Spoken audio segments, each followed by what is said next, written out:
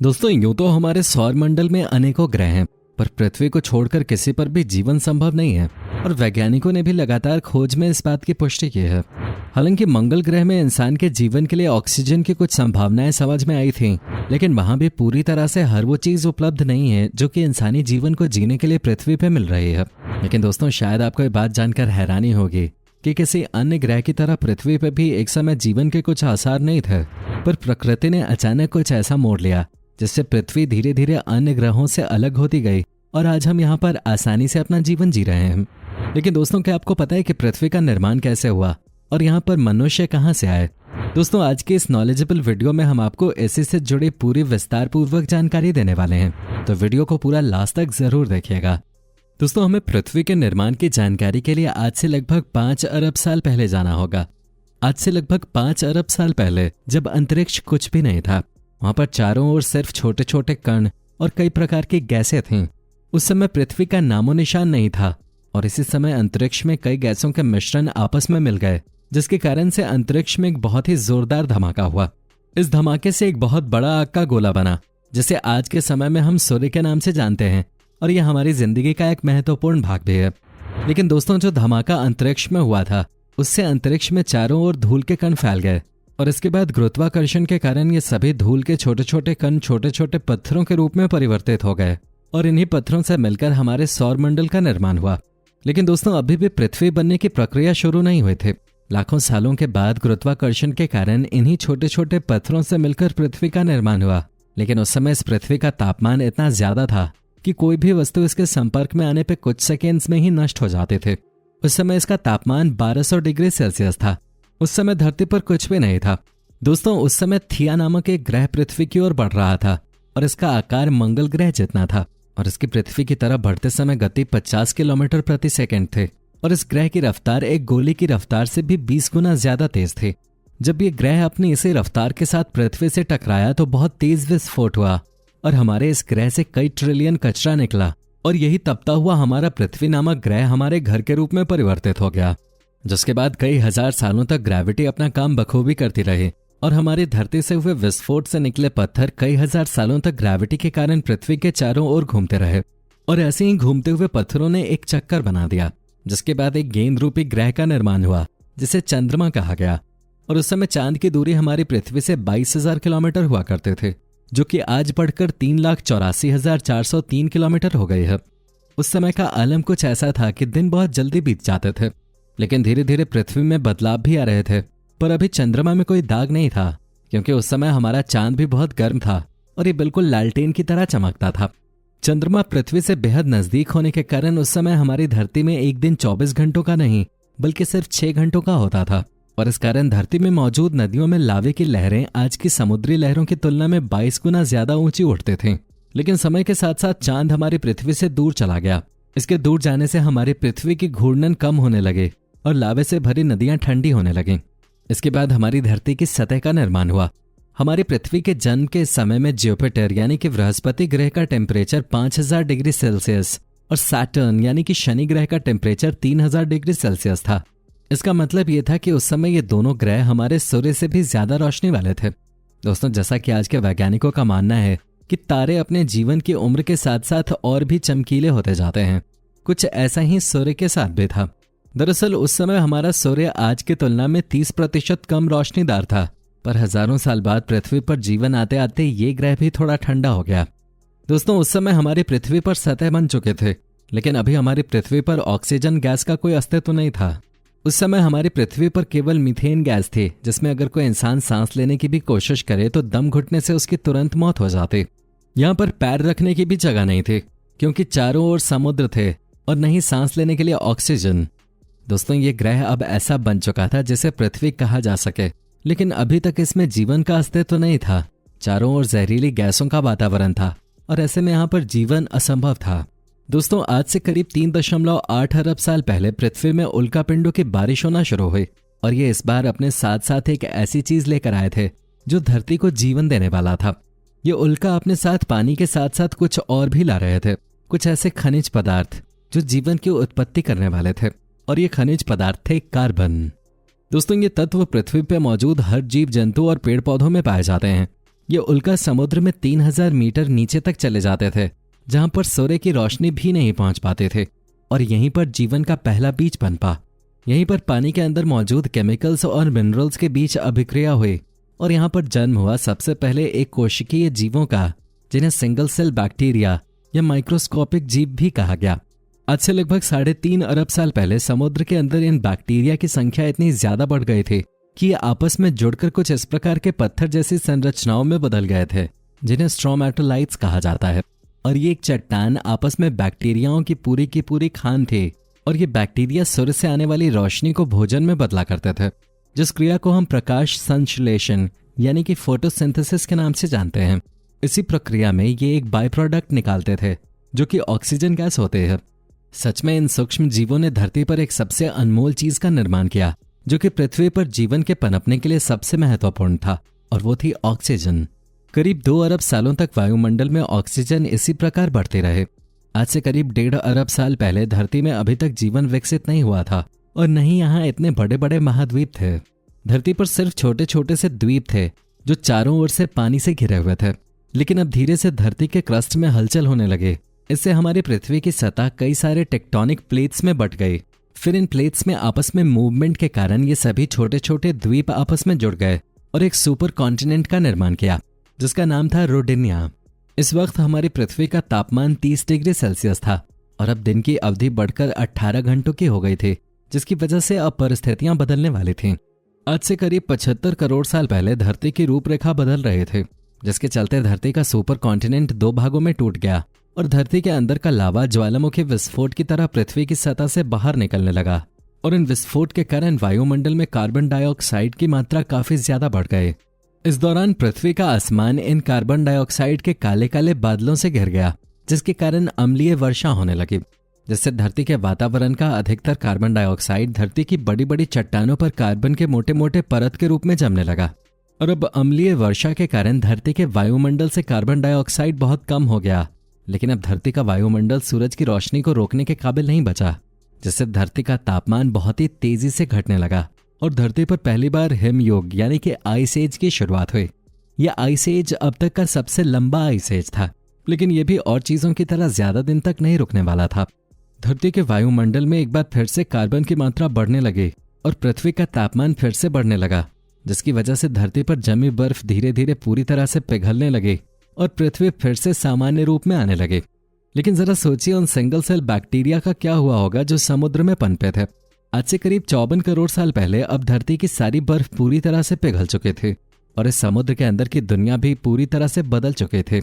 Oxygen की पर्याप्त मात्रा के कारण अब वो एक कोशिकीय जीव कई अन्य रूपों में विकसित हो चुके थे। यहाँ चारों ओर समुद्रीय पौधे और अजीब से दिखने वाले समुद्रीय जीव थे। आज से करीब 46 करोड़ साल पहले अब हमारी पृथ्वी कुछ हद तक सामान्य अवस्था में आ चुके थे, लेकिन अभी भी यहाँ समुद्र के जीवों के अलावा कोई जीव नहीं आए थे, क्योंकि अभी तक धरती की सतह पर पेड़ पौधे भी नहीं उगे थे, जिसके कारण ऑक्सीजन की कमी थी। लेकिन ऐसा क्यों था? दरअसल ऐसा सूरज से आने वाली अल्ट्रावायलेट किरणों की वजह से था। लेकिन उस समय धरती के वायुमंडल में एक नई परत का निर्माण हो रहा था, जिसे आज हम ओजोन परत के नाम से जानते हैं। दरअसल वायुमंडल की ऑक्सीजन सूरज से आने वाली अल्ट्रावायलेट किरणों को सोखकर ओजोन गैस में बदलने लगे थे, और इस गैस ने पृथ्वी के चारों ओर एक लेयर का निर्माण कर दिया था, जो हमें सूरज की अल्ट्रावायलेट किरणों से आज भी बचाते हैं, जिसे हम ओजोन लेयर कहते हैं। उस समय इस परत के कारण धरती पर सूरज की किरणों का असर थोड़ा कम हो गया, जिससे नन्हे शैवाल फलने फूलने लगे थे, और यही हमारी धरती के पहले लैंड्स प्लांट्स बने। ओजोन लेयर के कारण धरती के तापमान में थोड़ी कमी आई, और समुद्र में रहने वाली टिक्टैलिक मछली ने समुद्र से पहली बार बाहर आने का निर्णय लिया। इस मछली ने अपने विंग्स का इस्तेमाल अपने पैरों के रूप में किया, और जैसे जैसे समय बीतता गया ये जीव जमीन पर ज्यादा देर तक रहने लगे, और इसके साथ ही इनके अंग भी काफी विकसित होने लगे। करीब 1.5 करोड़ साल के विकास क्रम के बाद ये जीव अब जमीन पर पूरी तरह से रहने लायक बन चुके थे। आपको बता दें इन्हें टेट्रापॉड्स कहा जाता था। आज से करीब 36 करोड़ साल पहले ये टेट्रापॉड्स पूरी तरह से विकसित हो चुके थे, और अब ये पूरी तरह से जमीन पर रहने वाले जीव बन गए थे, और यहीं से एक नई प्रजाति की शुरुआत होने लगे थे। दोस्तों, समय के साथ साथ जीवों के विकास की प्रक्रिया जारी रही, लेकिन इसके साथ ही धरती का वातावरण भी तेजी से बदल रहा था। एक बार फिर से ज्वालामुखी विस्फोट के कारण पृथ्वी का तापमान फिर से बढ़ गया और पृथ्वी में अकाल पड़ गया, और इस अकाल में लगभग सारे पेड़ सूख गए, और जितने भी जीवों का अभी तक जन्म हुआ था उनमें से कुल 95% जीवों की मौत इसी अकाल में हो गई। इस अकाल में केवल 5% जीव ही बचे, और ये भी केवल वही जीव थे जिन्होंने जीने के लिए कुछ भी खाना शुरू कर दिया था। और उस समय वातावरण इतना गर्म हो गया था कि ये गर्मी से बचने के लिए जमीन के अंदर रहने लगे थे। लेकिन जैसे जैसे समय बीता वैसे वैसे परिस्थितियों में सुधार आने लगा और पृथ्वी का वातावरण फिर से सामान्य हो गया। आज से करीब 20 करोड़ साल पहले पृथ्वी की रूपरेखा काफी हद तक बदल गई थी और ज्वालामुखी विस्फोट से नए भूभागों का निर्माण होने लगा और इन्होंने आपस में मिलकर एक सुपर कॉन्टिनेंट का निर्माण किया जिसका नाम था पेंजिया। अब इस समय तक धरती काफी हद तक आज के जैसी दिखाई देने लगी थी। इतने बड़े बड़े अकाल से गुजरने के बाद हमारी पृथ्वी फिर से सामान्य होने लगी थी। पृथ्वी की सतह पर नए पेड़ पौधे उगने शुरू हो गए थे और उस अकाल में बचे 5% जीव अब विकसित हो चुके थे, जिनसे एक बिल्कुल नई प्रजाति का जन्म हुआ जो कि आने वाले समय में अपना शासन चलाने वाले थे, और वो थे डायनासोर्स। दरअसल डायनासोर उन्हीं 5% रेंगने वाले जीवों का पूरी तरह से विकसित रूप था जो कि उस अकाल में खुद को किसी तरह से बचा पाए थे। दोस्तों, आपको बता दें, डायनासोर्स हमारी तरह ही इस धरती पर वास किया करते थे। ये जीव अपने समय के सबसे सफल जीव थे, लेकिन इन जीवों के विभिन्न प्रजातियों के बीच अक्सर लड़ाइयां हुआ करते थे जिनमें कई डायनासोर्स की जान तक चले जाते थे। इसलिए ज्यादातर डायनासोर्स अपने समूह में रहा करते थे। इन्हें जंगलों के जहरीले मच्छरों से बहुत खतरा भी हुआ करता था क्योंकि ये मच्छर बेहद जहरीले हुआ करते थे। इन डायनासोर्स में से मादा डायनासोर जमीन पर घोंसला बनाकर पक्षियों की तरह अंडे भी दिया करते थे। इनकी जिंदगी भी कोई आसान नहीं थे। धीरे धीरे समय बीतता गया और इन डायनासोर्स ने करीब 16 करोड़ सालों तक पृथ्वी पर राज किया। लेकिन आज से करीब 6.5 करोड़ साल पहले एक एस्ट्रॉयड पृथ्वी से टकराया जिससे एक भयानक विस्फोट हुआ। दोस्तों, आपको बता दें, ये विस्फोट कई हाइड्रोजन बमों के विस्फोट के बराबर था। ये विस्फोट इतना ज्यादा शक्तिशाली था कि इससे जमीन पर एक गड्ढा बन गया था।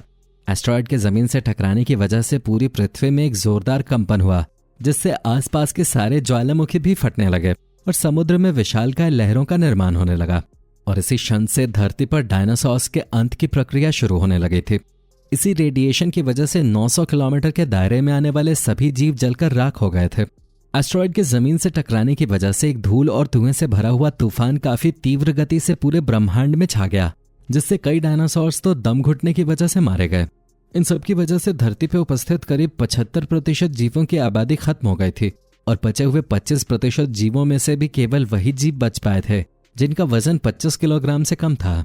दोस्तों, इस महाप्रलय में सारे पेड़ पौधे भी नष्ट हो चुके थे जिससे इस महाविनाश में बचे हुए जीवों को भरपूर मात्रा में खाना पीना भी नहीं मिल पा रहा था और बचे हुए जीव भी मरते जा रहे थे। लेकिन दोस्तों, ये महाविनाश एक प्रजाति के लिए वरदान साबित होने वाला था और वो थी मैमल्स की प्रजाति। जी हाँ दोस्तों, ये मैमल्स धरती के अंदर रहा करते थे जिसकी वजह से इस महाविनाश में ये मैमल्स बच गए थे और इन्हीं को इंसानों का पूर्वज भी कहा जाता है। महाप्रलय में बचे हुए ये मैमल्स प्रजाति के आखिरी सदस्य थे। इतने बड़े प्रलय के बाद धरती वापस से अपने पुराने रंग में आने लगी थी। जंगल हरे भरे हो रहे थे जिससे अन्य जीवों की खाने पीने की समस्या खत्म होने लगी थी। आज से करीब 4.5 करोड़ साल पहले इन मैमल्स में एक बदलाव देखने को मिला और इनसे एक नई प्रजाति विकसित हुई। ये प्रजाति थी प्राइमेट्स। ये जीव दिखने में बंदरों की तरह दिखते थे पर इनका आकार बंदरों के आकार से काफी छोटा था। ये जीव ज्यादातर पेड़ों पर रहकर केवल पेड़ों के फल ही खाते थे।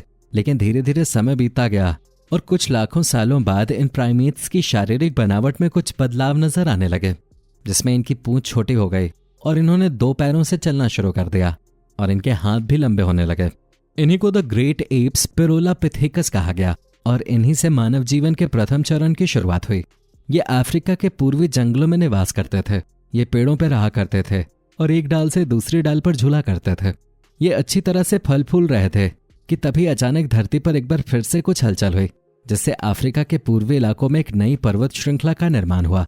इस पर्वत श्रृंखला के निर्माण से यहाँ की मौसमी हवाओं का रास्ता बिल्कुल बंद सा हो गया जिससे यहाँ के जंगलों में बरसात बिल्कुल बंद हो गई जिससे यहाँ के सारे जंगल सूख गए और यहाँ से ये एप्स जलवायु के आधार पर बदल गए। कुछ इंसानों में परिवर्तित हो गए और कुछ चिंपैंजीज में बदल गए। सूखा पड़ने के कारण ये एप्स खाने की तलाश में पेड़ों से नीचे उतरने लगे और जमीन पर खाना ढूंढने लगे। अब इन्हें आर्डिपिथेकस रैमिडस कहा गया। इस समय ये चलने लगे थे। 2 पैरों पे चलना एक महत्वपूर्ण विकास था। अब ये शिकार भी करने लगे थे और अब ये अपनी आंखों से दूर दूर तक देख सकते थे। जमीन पर चलने से इनका खाना तो आसान हुआ पर अन्य जंगली जानवरों से रक्षा करना इनके लिए एक चिंता का विषय बन गया था। क्योंकि उस समय तक कई बड़े मांसाहारी जीव भी विकसित हो चुके थे। विकास का ये दौर चलता रहा और अब इन मानवों ने चलने के साथ साथ दौड़ना भी शुरू कर दिया था और अब इनका दिमाग पहले से ज्यादा विकसित हो गया था, जिससे इनके सोचने समझने की शक्ति बढ़ने लगे थे। इन मानवों को होमो हैबिलिस कहा गया। ये मानव बिल्कुल इंसान की तरह ही थे। इनकी लंबाई करीब 5 फीट थी। ये अब तक के सबसे बड़े और ताकतवर एंसेस्टर्स थे। इन्हें हैंडीमैन भी कहा जाता है। इन्होंने ही पहली बार पत्थर को एक हथियार की तरह इस्तेमाल किया था। पत्थरों के हथियार से अब इन मानवों के काफी सारे काम आसान हो गए थे, क्योंकि पत्थरों के इस्तेमाल से इन्होंने मानव इतिहास में सबसे पहले आग जलाना सीखा था। पत्थर के इस्तेमाल से इन मानवों के हाथ भी काफी मजबूत हो गए थे। धीरे धीरे समय बीतता गया और इन मानवों की शारीरिक दशा में भी काफी सुधार हुआ। अब इनकी रीढ़ की हड्डी पूरी तरह से सीधी हो चुके थे। इन मानवों को होमो इरेक्टस कहा गया। ये एक भूखे, चालाक, ताकतवर और लंबे जबड़े वाले शिकारी थे, जो अब शिकार करने में माहिर थे। इन्होंने ही सबसे पहले बड़े जीवों का शिकार करना शुरू किया। शिकार करने के लिए इन्हें काफी दौड़ना पड़ता था, जिससे इनका शरीर और लचीला हो गया और इनकी मांसपेशियां काफी मजबूत हो गईं। आग के आविष्कार की वजह से अब ये मांस को पकाकर साथ में खाने लगे थे, जिसकी वजह से इनके झुंड अब परिवार में परिवर्तित होने लगे थे। मांस को पकाकर खाने की वजह से इन्हें अब भोजन को ज्यादा चबाना पड़ता था, जिसकी वजह से इनके दांत और छोटे होने लगे और इसके साथ ही धीरे धीरे इनका दिमाग भी बड़ा होने लगा। यहां से इनका जीवन स्तर धीरे धीरे सुधरने लगा और अब ये अपने आप को तेजी से एक साधारण मानव में बदलने लगे थे। समय के साथ साथ ये और बदले और अब ये कुछ तरह की आवाजें भी निकालने लगे थे। धीरे धीरे इन्होंने आवाजें निकालकर एक दूसरे की बातों को समझना शुरू कर दिया था और यहीं से मानव जीवन का विकास प्रारंभ हुआ। ये जिन जानवरों का शिकार करते थे, उनके खाल से धीरे धीरे इन्होंने कपड़ों का प्रबंध करना भी शुरू कर दिया था। अब समय के साथ ये मानव थोड़े धार्मिक होने लगे थे और ये अब किसी के मरने पर उसका अंतिम संस्कार भी करने लगे थे। समय के साथ काफी कुछ बदलता चला गया और हिमालय पर्वत श्रृंखला का निर्माण हुआ। इन्हीं में से एक पर्वत था माउंट एवरेस्ट, जिसे आज हम दुनिया की सबसे ऊंची चोटी के नाम से जानते हैं। इन पर्वत श्रृंखलाओं के बनने से मौसम के रुख में बदलाव हुआ और इनसे गिरने वाले पानी से कई नदियां बनी। आज से करीब 1 लाख साल पहले इंसान अपने वास्तविक रूप में आ चुका था। ये और कोई नहीं बल्कि होमो सेपियंस मानव थे, यानी कि ये हम ही थे। अब ये एक दूसरे से बात कर सकते थे और हथियार बना सकते थे। धीरे धीरे ये इंसान इधर उधर घूम घूम कर पूरे एशिया, अफ्रीका और यूरोप में फैल गए। करीब 50,000 साल पहले एक और आइस एज की शुरुआत हुई, जिससे धरती का तापमान गिरने लगा और ठंड अपनी चरम सीमा पर आ गई और इंसान नॉर्थ ईस्ट यानी साइबेरिया तक पहुंच गए। यहाँ पर इंसानों ने काफी कठिनाई झेली। वो हर कठिनाई का बहादुरी के साथ सामना करते जा रहे थे, जिससे इंसानों की प्रजाति का और विकास होता जा रहा था। इस तरह धीरे धीरे इंसान पूरी दुनिया में फैलते गए। धीरे धीरे फिर से महाद्वीपों और पहाड़ों की बर्फ पिघलने लगी, जिससे महासागरों का जलस्तर बढ़ने लगा और चारों तरफ पानी पानी होने लगा, जिससे जो इंसान जहां पर था वहीं पर फंस के रह गया। लेकिन समय के साथ साथ धीरे धीरे मौसम सामान्य हुआ, जिसके बाद इंसान की आबादी भी काफी तेजी से बढ़ने लगे। अब इंसान ने हर जगह अपनी बस्तियां बसा ली थी और खाने की जरूरत को पूरा करने के लिए उन्होंने अपने आसपास खेती करना भी शुरू कर दिया था। दोस्तों, अब वो समय आ चुका था जब इन्होंने पशुओं को भी पालना शुरू कर दिया था। इस समय इंसान का रंग, रूप और आकार जलवायु के आधार पर बदलने लगा था और इस समय इन्होंने अपने आप को पूरी तरह जलवायु के हिसाब से ढाल लिया था। इसके बाद इंसानों ने कई सारे धातुओं की खोज की, जिससे शहरों का निर्माण हुआ। अब इंसान ने शिक्षा के क्षेत्र में भी कदम रख दिया था, जिससे इंसानों के जीवन का आधार बदलने लगा था। अलग अलग जगह रहकर इंसानों ने अलग अलग भाषाओं का निर्माण कर लिया था, जिसकी वजह से सभी देशों की भाषाएं आज भी अलग हैं। अब दोस्तों, हमें नहीं लगता कि इससे आगे भी आपको कुछ जानने की जरूरत है। तो दोस्तों, ये है हमारे मानव इतिहास की पूरी विस्तार पूर्वक जानकारी। अब जाते जाते वीडियो को शेयर करके इस चैनल को सब्सक्राइब करके बेल नोटिफिकेशन को जरूर ऑन कर लीजिए। धन्यवाद।